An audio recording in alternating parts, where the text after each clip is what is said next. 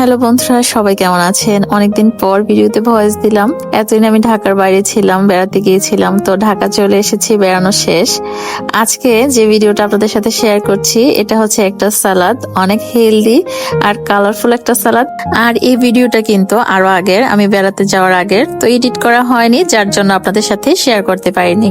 এটা খুবই সহজ কিন্তু অনেক বেশি হেলদি এবং অনেক বেশি টেস্টি একটা সালাদ।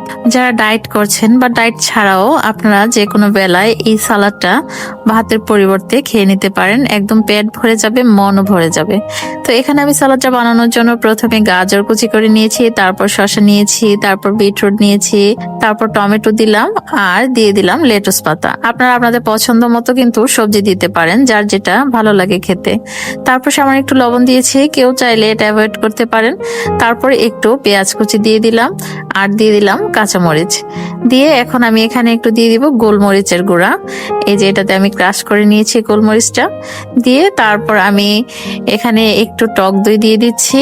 এটা কিন্তু টক দই, আমি এখানে মিষ্টি দই ব্যবহার করিনি, কেউ চাইলে মিষ্টি দই দিতে পারেন, কোনো প্রবলেম নেই।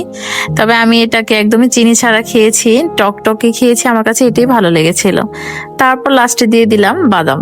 আর বাদামটা দিলে কিন্তু চিনির প্রয়োজন নেই, কারণ বাদামটা যখন আপনার মুখে পড়বে একটু মিষ্টি মিষ্টি স্বাদ লাগবে। তো দিয়ে আমি একটু মিক্স করে নিচ্ছি সালাদটাকে। এই তো রেডি হয়ে গেছে অনেক বেশি মজাদার আর অনেক বেশি কালারফুল এই হেলদি সালাদটা।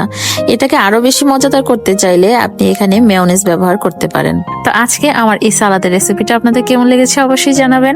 ভালো লাগলে লাইক কমেন্ট শেয়ার করবেন। ভালো থাকবেন সবাই।